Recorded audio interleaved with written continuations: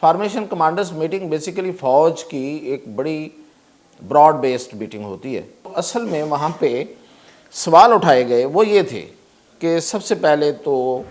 Officers نے سوال کیے کہ حکومت کہاں تھی اس سارے میس میں۔ فوج تو نظر آئی، رینجرز نظر آئی، پولیس تھی، حکومت کہاں تھی؟ تو کہیں سے اس کا جواب آیا کہ وزیر داخلہ تھے، تو پھر انہوں نے کہا کہ نہیں، وزیر اعظم کی بات ہو رہی ہے۔ تو پھر یہ بھی سوال آیا کہ اس وقت جو بھی تنقید ہو رہی ہے اور جو بھی تیر برسائے جا رہے ہیں وہ فوج پہ اس کا نشانہ ہے، نہ ہی آصف زرداری ہیں اور نہ ہی نواز شریف ہیں۔ تو اس کا بھی پھر جواب یہ دیا گیا کہ حکومت ہماری بیک پہ کھڑی تھی۔ اب جو ہے وہ اس اجلاس میں ایجنڈا جو رکھا گیا وہ یہ ہے کہ بیرون ملک سے جو ریمیٹنسز ہیں تو وہ نہ پہنچنے دیا جائے۔ اس کا امپیکٹ میں اب آپ کو بتاتا ہوں کیا ہوگا۔ ادھر دوسری طرف، ادھر تو نہیں ہوگا انشاءاللہ، دوسری طرف کیا ہوگا، پارٹی تقسیم ہوگی اور اس میں لوگ مخالفت پہ اتریں گے اور انہیں مخالفت کرنی پڑے گی۔ ناظرین، اس وقت core committee P T I کا اجلاس ہو رہا ہے اور گزشتہ راز ایک مشاورتی اجلاس ہوا تھا۔ اس کور کمیٹی اجلاس کا ایجنڈا کیا ہے اور مشاورتی اجلاس میں کیا ہوا اور اس کے نتائج کیا نکلیں گے، اس پر بات کرتے ہیں۔ اور جو فارمیشن کمانڈرز میٹنگ ہوئی ہے اس میٹنگ میں کیا ہوا، ظاہر ہے کہ ایک پریس ریلیز آئی، سب نے دیکھی، لیکن بہت کچھ ہوا۔ 2 دن کی یہ میٹنگ تھی، تو اس کے بارے میں آپ کو میں آگاہ کرتا ہوں۔ تو سب سے پہلے formation commanders meeting. Formation commanders meeting basically فوج کی ایک بڑی براڈ بیسڈ میٹنگ ہوتی ہے۔ عام طور پہ کور کمانڈرز میں تو جتنی کورز ہیں پاکستان میں ان کے کمانڈرز ہوتے ہیں اور کچھ جی ایچ کیو کے آفیسرز ہوتے ہیں اور جس کو آرمی چیف ہیڈ کرتے ہیں۔ لیکن یہ جو فارمیشنز کمانڈر میٹنگ ہے اس کا مطلب یہ ہوتا ہے کہ پوری فوج، پورے پاکستان میں جتنی فارمیشنز ہیں، یعنی کہ نہ صرف یہ کہ کورس بلکہ کور کے نیچے جو افسر ہوتے ہیں میجر جنرل، اور پھر یہ کہ جہاں پہ کور نہیں ہے وہاں سے بھی لوگ جو میجر جنرل لیول کے ہوتے ہیں، اور پھر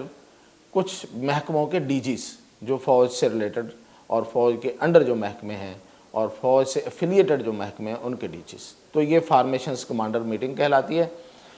تو اس میں بڑی وسیع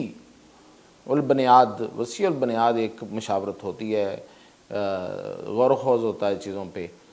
تو عام طور پہ یہ آرمی کی جو پریپیئرڈنیس ہے، اس کی جو تیاریاں ہوتی ہیں اور جو چیلنجز ہوتے ہیں دفاع کے حوالے سے، اس پہ بات ہوتی ہے۔ تو یہ روٹین میں ہوتی رہتی ہے، لیکن اس کی پریس ریلیز کبھی کبھی جاری ہوتی ہے۔ تو یہ جو ابھی پرسوں ہوئی اور اس کی پریس ریلیز آئی، تو اصل میں اس میں ہوا کیا تھا وہ میں آپ کو بتا رہا ہوں۔ تو وہ یہ ہوا کہ پہلے دن تو اس میں اکانومی پہ بات ہوئی اور اکانومی پہ بریفنگ دی وزارت خزانہ نے۔ تو فارمیشن کمانڈرز نے اس پہ بڑی اطمینان کا اظہار کیا، کیونکہ جو ہماری اکنامک جو پلیجز ہو رہی ہیں یا جو انویسٹمنٹ کے لیے پلیجز ہو رہی ہیں ان کا سکوپ وہ بتایا گیا، تو وہ اچھا خاصا پر امید تھا۔ دوسرا دن جو تھا وہ انٹرنل اینڈ ایکسٹرنل جو چیلنجز ہے اس پہ تھا۔ تو انٹرنل میں اس میں ظاہر ہے کہ جو چیلنج سب سے بڑا رہا پچھلے دنوں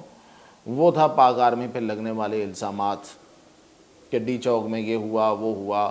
اور پھر یہ کہ ایک اسمبلی میں ایک صوبے کا وزیر اعلیٰ کھڑا ہو کے جو ہے اس نے جس طرح کی گفتگو کی، اور پھر وہاں وزراء نے بھی کی اور ان کے رہنماؤں نے کی، اور سوشل میڈیا پہ جو کچھ ہوا اور جو بیرون ملک بیٹھا ہوا سوشل میڈیا وہاں سے جو کچھ ہوا سب کچھ اس میں زیر بحث آیا۔ تو اس میں جو سب کچھ آیا وہ تو اس کا جو رزلٹ تھا وہ آپ نے پریس ریلیز اور وہ ٹی وی چینلز پہ آپ نے دیکھ لیا، لیکن جو اصل میں وہاں پہ سوال اٹھائے گئے وہ یہ تھے کہ سب سے پہلے تو آفیسرز نے سوال کیے کہ حکومت کہاں تھی اس سارے میس میں۔ فوج تو نظر آئی، رینجرز نظر آئی، پولیس تھی، حکومت کہاں تھی؟ تو کہیں سے اس کا جواب آیا کہ وزیر داخلہ تھے، تو پھر انہوں نے کہا کہ نہیں، وزیر اعظم کی بات ہو رہی ہے اور حکومت کی بات بھی، باقی بھی پوری بھی حکومت ہے وہ کہاں تھی؟ تو پھر یہ بھی سوال آیا کہ اس وقت جو بھی تنقید ہو رہی ہے اور جو بھی تیر برسائے جا رہے ہیں وہ فوج پہ اس کا نشانہ ہے براہ راست، نہ ہی آصف زرداری ہیں اور نہ ہی نواز شریف ہیں۔ تو اس کا بھی پھر جواب یہ دیا گیا کہ حکومت ہماری بیک پہ کھڑی تھی، ہمارے پیچھے کھڑی تھی۔ خیر اس پہ کوئی اطمینان نہیں تھا، یہ میں اتنا ہی بتا سکتا ہوں آپ کو۔ اور پھر یہ کہا گیا کہ یہ جو بھی مسئلہ ہے، جس بھی مسئلے کی وجہ سے یہ سب کچھ ہو رہا ہے، اس کو جلد از جلد ختم کیا جائے، جو بھی اس کا نتیجہ نکالنا ہے نکالا جائے، تاکہ کوئی ایک سمت مقرر ہو، کیونکہ بہت مسائل بڑھ چکے ہیں۔ اور جو خاص طور پہ بیرون ملک بیٹھے ہوئے وہ جو تیر برسا رہے ہیں، ان کی وجہ سے یہاں پہ لوگوں کے ذہنوں میں ایک کنفیوژن ہے، ایک خلفشار ہے۔ تو یہ تھی اس کی صورتحال جو میں نے وہاں بتائی ہے۔ آج ابھی اس وقت جاری ہے، ختم ہو جائے گی تھوڑی دیر میں،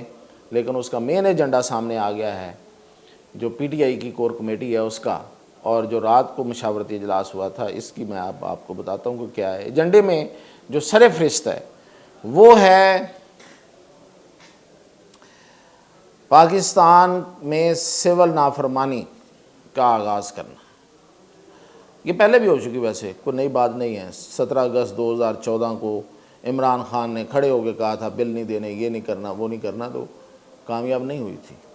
ہائپ تھی اس وقت، بڑے لوگ تھے اور ہائپ بھی تھی بڑی، اور ساتھ بھی بہت تھا، سہارے بھی بڑے تھے۔ اب جو ہے وہ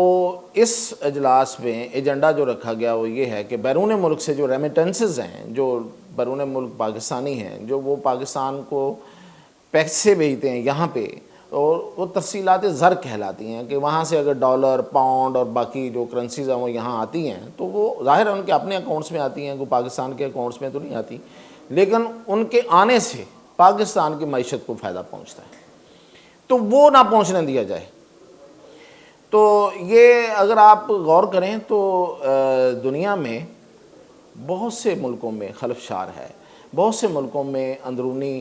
لڑائیاں ہیں، اور بڑی سخت لڑائیاں ہیں، وینزویلا ہے اور باقی ممالک ہیں، اور جہاں پہ امریکہ کے اشارے اور اس پہ ہو رہی ہیں، اور وہ بھی آپ کو پتہ ہے وہاں کیوں امریکہ جو ہے مداخلت کرتا ہے، کیونکہ وہاں پہ اس کے مفادات ہیں، اور وہ نہیں چاہتا کہ وہ ممالک جو ہیں وہ ترقی کریں اور اس کی وجہ سے کوئی اور بھی آگے بڑھ سکے، تو اس نے ایک خلفشار پیدا کیا ہوا ہے۔ لیکن وہاں بھی جو اپوزیشن ہے وہ اس لیول پہ نہیں جاتی جس لیول پہ یہ چلے گئے، اور ابھی جنوبی کوریا میں بہت کچھ ہو رہا ہے، وہاں بھی امریکہ ہے پیچھے، لیکن کوئی نہیں کہے گا کہ اس ملک کو، جنوبی کوریا کو کی معیشت کو نقصان پہنچایا جائے اس لیے کہ ہمیں اس سے سکون ملے گا یا ہمیں کوئی رعایت ملے گی۔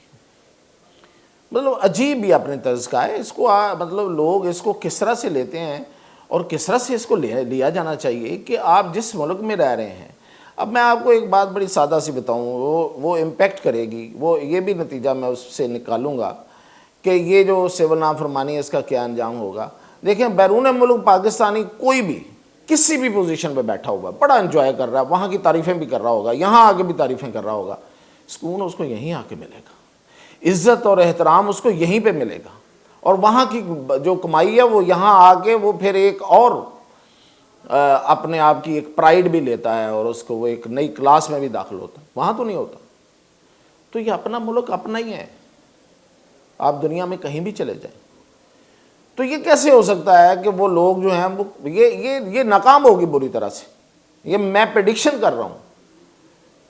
بے شک میں اس وقت آپ کہہ لیں کہ میں کو حب الوطنی کے جذبے کے تحت، یس یہ بھی ہے، لیکن یہ میں ماضی اور کی جو تجربہ ہے اس کی پیش نظر، اور دوسری بات یہ ہے کہ پریکٹیکلی اٹس ناٹ پاسبل کہ کوئی پیسے یہاں نہ بھیجے، کوئی ہوں گے کوئی تھوڑے بہت جو نہیں بھیجیں گے، تو وہ ان کے تو پہلے ہی وہاں پہ کاروبار ہوں گے، اور یہاں پہ ان کے بہت سے لوگ نہیں ہوں گے جن کو انہوں نے بھیجنے ہیں یا یہاں انہوں نے نہیں رکھنے، ان کو ضرورت نہیں ہے، لیکن یہ ناکام ہوگی۔ بہت سے لوگ ہیں جو یہاں ہی بھیجتے ہیں، تو اس لیے، لیکن اس کا دیکھیں،